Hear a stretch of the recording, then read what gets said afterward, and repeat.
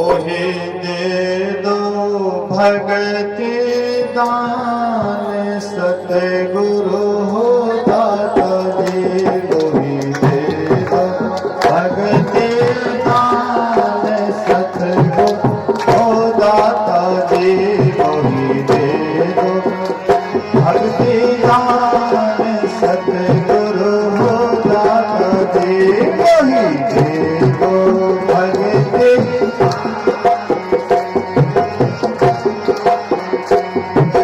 सतगुरु हो दाता जी, सतगुरु हो दाता जी, सतगुरु हो दाता। मोहि दे दो भगति दान, सतगुरु हो दाता जी। मोहि दे दो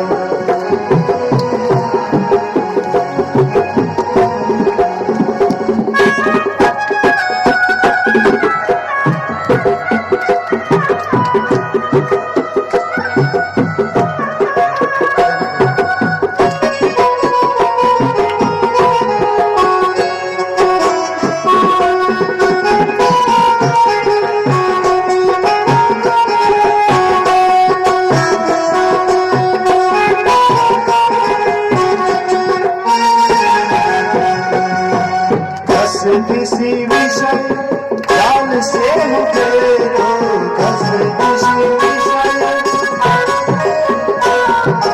दस किसी विषय जाल से दे दो, दस किसी विषय जाल से दे दो, जाल से दे दो, जाल से दे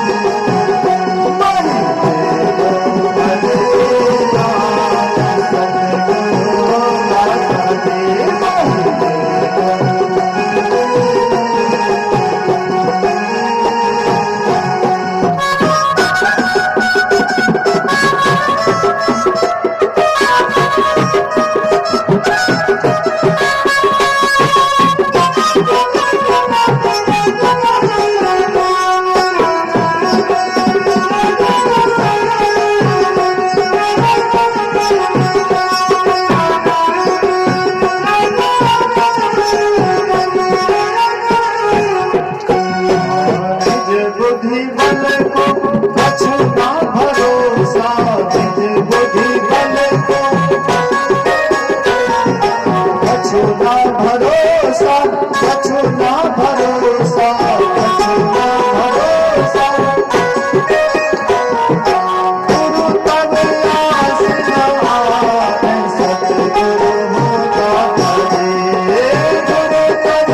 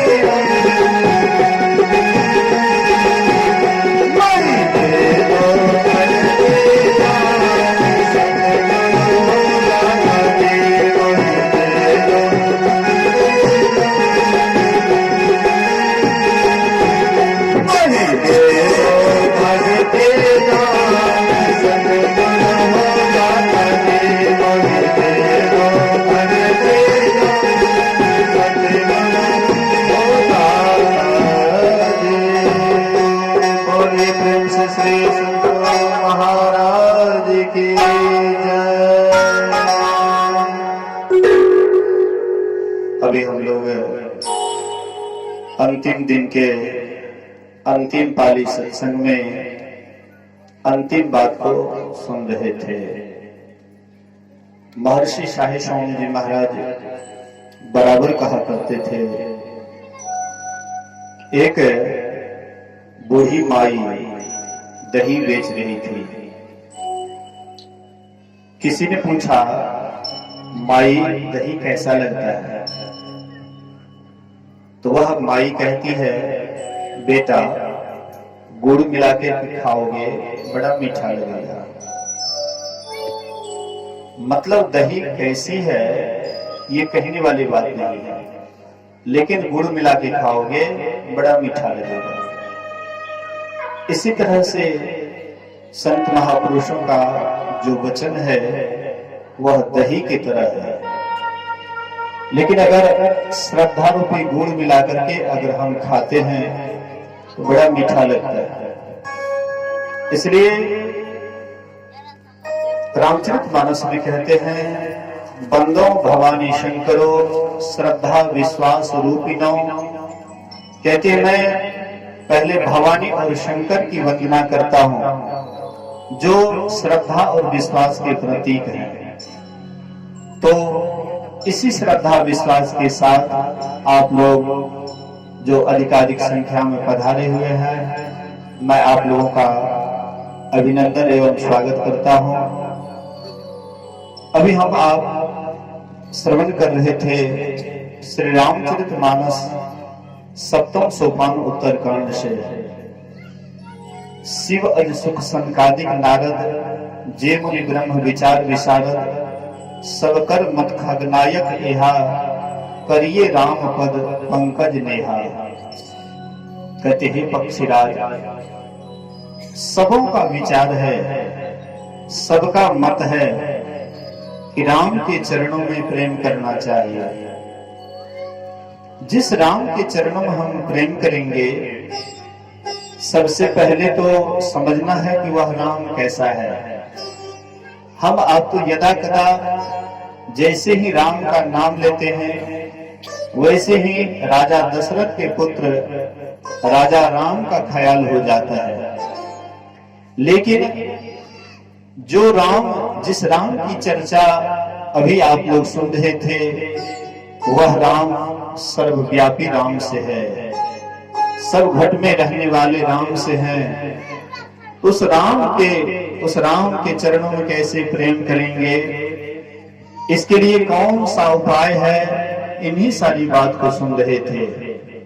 बहुत ऐसे अनहोनी बात सुन रहे थे जो हो जाए, जैसे बांझ का लड़का किसी को मार डाले। अब हम लोग विचार करें, बांझ है तो फिर लड़का कहां से आ गया, और फिर लड़का जब हो गया तो बांझ कहां से रहा।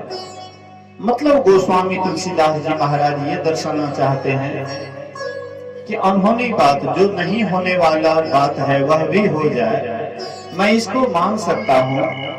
लेकिन जब तक हम राम की भक्ति नहीं करेंगे, राम के चरणों में प्रेम नहीं करेंगे, तब तक हमारा उद्धार और कल्याण नहीं हो सकता है। और भी बात सुन रहे थे, आकाश में बहुत तरह के फूल खुल जाए, खरहे के माथे पर सिंह जम जाए, मृग तृष्णा का जल पीने से प्यास दूर हो जाए, हिमालय से अग्नि प्रकट हो आए, अंधकार सूर्य को नष्ट कर दे, बालू को मथने से,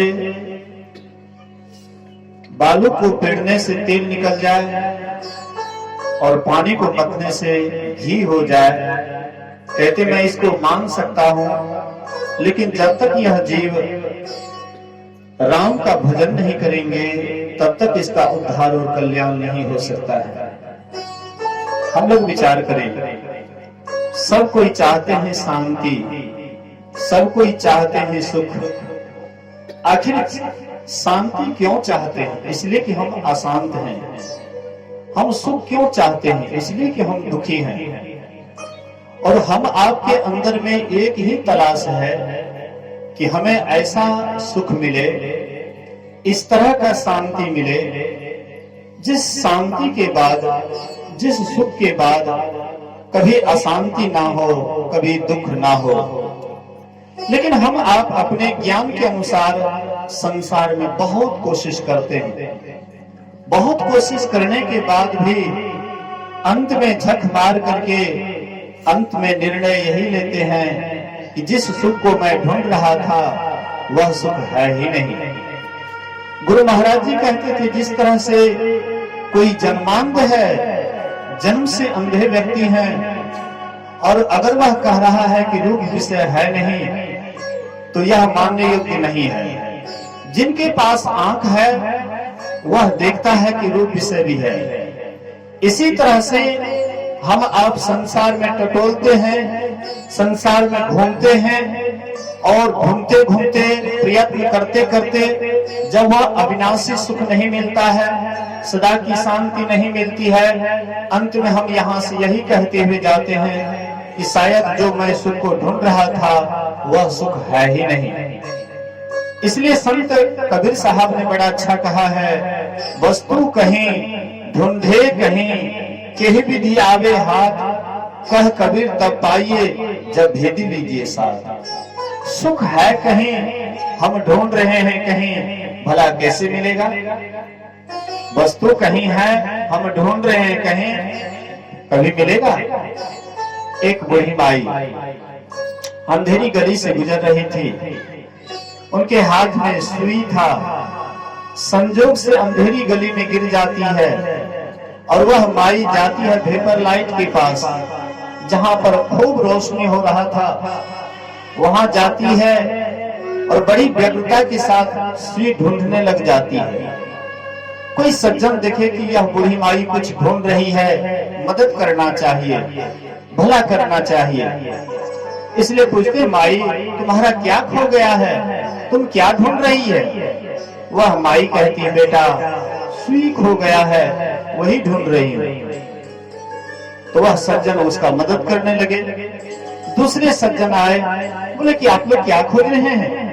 बोले कि बूढ़ी माई का सुई खो गया है, वही ढूंढ रहा हूँ। वे भी लगे ढूंढने। इस तरह से कई सज्जन आकर के ढूंढ रहे हैं। एक विवेकी सज्जन आ गए और देखते हैं कि सब लोग बड़ी व्यग्रता के साथ कुछ ढूंढ रहे हैं। बोले कि आप लोग क्या ढूंढ रहे हैं? बोले कि बूढ़ी माई का सुई खो गया है, वही ढूंढ रहा हूँ। बोले कि कहाँ खोया? बोले कि वह तो बूढ़ी माई ही जाने। बूढ़ी माई से पूछते, बूढ़ी माई तुम्हारा सुई कहाँ खोया? बोले कि बेटा अंधेरी गली में। बोले कि वाह माई, तू भी गजब करती है, तुम्हारा सुई खोया अंधेरी गली में और तू खोज रही भेपर लाइट के पास।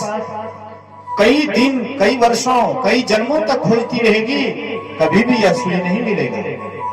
जहां सुई खोया है वहीं पर मिलेगा। तो वह सज्जन के पास टार्च था, टार्च के सहायता से जाते हैं और वह माई के सुई को ढूंढ करके वह माई को दे देते हैं। वह बूढ़ी माई और कोई नहीं, हम आप ही हैं। हम आप लोगों के अंदर में भी वह सुख खो गया है अंधेरी गली में, और हम लोग संसार रूपी भेपर लाइट के पास ढूंढ रहे हैं। धन में वह सुख ढूंढ रहे हैं, संपत्ति वह सुख ढूंढ रहे हैं, बाल बच्चे में सुख ढूंढ रहे हैं, मकान दुकान में सुख ढूंढ रहे हैं। संत महापुरुष कहते हैं, तुम्हारा तो वह सुई खोया है अंधेरी गली में। अर्थात नैनाकाश में जब हम आप आंख बंद करते हैं, अंधकार दिखाई पड़ता है, यही है अंधकार रूपी गली। और यहीं पर जब तक हम नहीं ढूंढेंगे तब तक हम बाहर करोड़ों कोशिश करेंगे, कभी भी आज तक कोई सुखी नहीं हुआ। हम आप कैसे हो सकते? हम आप सुख चाहते हैं। किसी से पूछता है, किसी से पूछिए कि आपको कब तक का सुख चाहिए? 2-4 दिन का? कहेंगे नहीं। तब 2-4 महीने का? कहेंगे नहीं नहीं। तब 2-4 साल का? कहेंगे नहीं, इससे भी पूरा नहीं होगा। तब जब तक जीवित रहिएगा तब तक लगता है कि बहुत आदमी मुड़ी हिला देंगे कि बात सही है। यावत जीवेत सुखम जीवेत ऋणम कृत्वा घृतम पिबेत भस्मीभूत शरीरस्य पुनरागमन कुतो भवेत्। ये कौन कहने वाले हैं? ये राक्षसों के राजा, दानवों के राजा विरोचन का कहना है। एक बार ब्रह्मा जी के पास दानवों के राजा विरोचन और देवताओं के राजा इंद्र दोनों गए और जाकर के ब्रह्मा जी से प्रार्थना करते हैं कि हमको आत्मज्ञान दीजिए।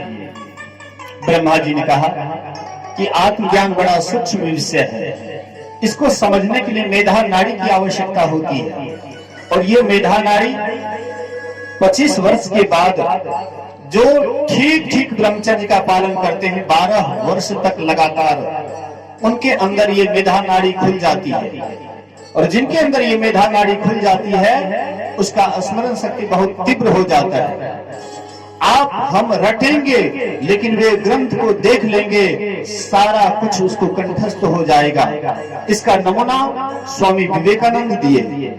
स्वामी विवेकानंद जब शिकागो शहर गए थे, एक पुस्तकालय से मोटी पुस्तिका ली, शाम में लिए और सुबह में ले जाकर के लौटा दी। दुकानदार कहते हैं कि आपने रात भर में क्या समझा? स्वामी विवेकानंद कहते हैं कि आपको जहां से जो प्रश्न पूछना है आप पूछ सकते हैं। दुकानदार भाई कुछ सवाल किए, लेकिन ठीक ठीक जवाब मिलने के बाद दुकानदार भाई अचंभित हो गए कि इतनी मोटी पुस्तिका आप रात भर में पढ़ दिए। बोले कि हाँ। तो जिसके पास में स्मरण शक्ति तेज हो जाता है, जिसकी मेधा नाड़ी खुल जाती है, स्मरण शक्ति तेज हो जाता है, वही ब्रह्म ज्ञान को अपने अंदर धारण कर सकते हैं, आत्मज्ञान धारण करने की क्षमता हो जाती है। तो ब्रह्मा जी कहते हैं कि आत्मज्ञान पाने के लिए ब्रह्मचर्य की आवश्यकता है, इसलिए जाओ तुम दोनों 30-30 वर्ष ब्रह्मचर्य पालन करके आओ, उसके बाद मेरे पास आना। ये दोनों चले गए, 30-30 वर्ष ब्रह्मचर्य पालन किए, ब्रह्मा जी के पास आते हैं और कहते हैं कि हमें आत्मज्ञान दीजिए। बोले कि शरीर के जितने पोशाक हैं पहनने का, खूब बढ़िया से सजा लीजिए, शरीर को खूब बढ़िया से पहन लीजिए और जाकर के पानी में अपना परछाई देखिए, जो दिखाई पड़ेगा वही आत्मा है। ये दोनों अपने शरीर को खूब बढ़िया से सजा लिए, जाकर के पानी में परछाई देखते हैं। देखने के बाद विरोचन, दानवों के राजा विरोचन, उनके मन में होता है कि शरीर ही आत्मा है। उन्हीं का कहना है यावत जीवेत सुखम जीवेत ऋणम कृत्वा घृतम पिबेत भस्मीभूत शरीरस्य पुण्डागमन कुतो भवेत्। मतलब जब तक जियो सुख से जियो, ऋण भी लेना पड़े तो पर भी घी पियो, एक दिन शरीर भस्म हो जाएगा। शरीर भस्म होने के बाद कुछ भी नहीं बचेगा, इसलिए शरीर को भी नहलाओ, धुलाओ, खिलाओ, पिलाओ, बस यही जिंदगी है। तो ये विरोचन के खानदान का कहने वाले हैं, लेकिन देवताओं के राजा इंद्र के मन में होता है कि ब्रह्मा जी ने कहा यह शरीर को खूब बढ़िया से सजा लो और जो कुछ भी दिखाई पड़े वही आत्मा है। उनको शंका हो जाती है, गए ब्रह्मा जी के पास और कहते हैं पितामह मुझे इस ज्ञान में शंका है। बोले कि एकदम शंका वाली बात है, फिर जाओ 30 वर्ष ब्रह्मचर्य पालन करके आओ। इंद्र गए, फिर 30 वर्ष ब्रह्मचर्य पालन करके आए। उसके बाद कहते हैं कि आत्मज्ञान दीजिए। ब्रह्मा जी ने कहा आंख में जो दिखाई पड़ता है दूसरे का फोटो वही आत्मा है। फिर इंद्र गए, मन में विचार करते हैं, साहस तो नहीं होता था कि सामने सामने उनसे मतलब उनके बात को काटें। फिर थोड़ा हट करके जाते हैं, मन में विचारते हैं कि कहीं आंख फूट जाएगा तब तो आत्मा खत्म हो गया। फिर ब्रह्मा जी के पास जाते हैं, कहते हैं मुझे इस ज्ञान में शंका है। बोले एकदम शंका वाली बात है, फिर जाओ 30 वर्ष ब्रह्मचर्य पालन करके आओ। और इस तरह से लगभग 95 वर्ष उनसे ब्रह्मचर्य पालन करवाए और उसके बाद ब्रह्मा जी ने उन्हें आत्मज्ञान का उपदेश दिया। ये आत्मा क्या है, आत्मा क्या है, इसका ज्ञान दिया। तो मेरे कहने का ये आशय है, मैं कह रहा था कि आपको अगर कोई कह दे कि जब तक जिए सुख से जिए, जब तक आप रहें संसार में सुखी से रहें, तो बहुत आदमी है मुड़ी हिलाने वाले कि हाँ बाबा ये सब चाहिए। लेकिन महापुरुष कहते हैं कि इतना से आपका काम नहीं चलेगा, क्योंकि ये शरीर का जीवन एक जीवन का है, लेकिन शरीर के अंदर में रहने वाला जो अविनाशी है उसका जीवन अनंत है। आप एक शरीर के लिए, एक शरीर सुख के लिए आप अगर संसार के सुख को छोड़ते हैं, संसार के सुख की तरफ जाते हैं, महापुरुष कहते हैं कि आप पैर कटा करके जूता पहनना चाहते हैं। मान लीजिए आप जूता खरीद करके लाए, जूता आपका छोटा पड़ गया, क्या करेंगे? पैर को कटा करके जूता पहनेंगे, और जो पैर कटा करके जूता पहनेंगे उनको आप बुद्धियार कहिएगा, होशियार कहिएगा, ज्ञानी कहिएगा, कहिएगा एक नंबर का मूर्ख है, कालिदास की तरह।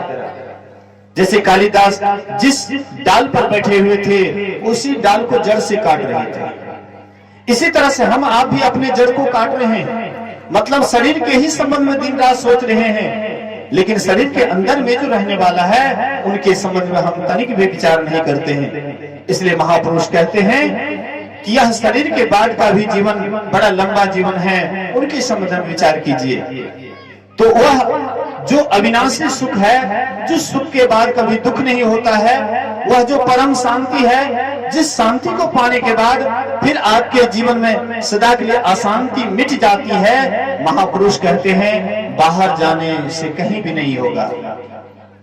हम आप भी वह सुख के खजाने हैं, हम आपके ही कारण जितनी भी इंद्रियां हैं सब सुख ले रहा है। इंद्रियों के द्वारा जो सुख मिलता है, हम इंद्रियां में हैं इसीलिए सुख मिल रहा है। हम आप वह इंद्रियां से निकल जाए, वह इंद्रियां काम करेगी। आंख है देखने का काम करेंगे, कान है सुनने का काम करेंगे, नाक है गंध लेंगे, जिह्वा है रसास्वादन करेंगे, चमड़ा है स्पर्श करेंगे। मुर्दा के शरीर में आत्मा नहीं होती है, लेकिन मुंह कान आंख नाक तो उनके भी पास होता है, लेकिन क्या वे संसार को देखते हैं, संसार का आनंद लेते हैं? कहते नहीं। इसलिए महापुरुष कहते हैं आप ही सुख के खजाना है। ईश्वर अंश जीव अविनाशी, चेतन अमल सहज सुख राशि। सो माया बस भयऊ गुसाई, बंधु की रे मरकट की नाई।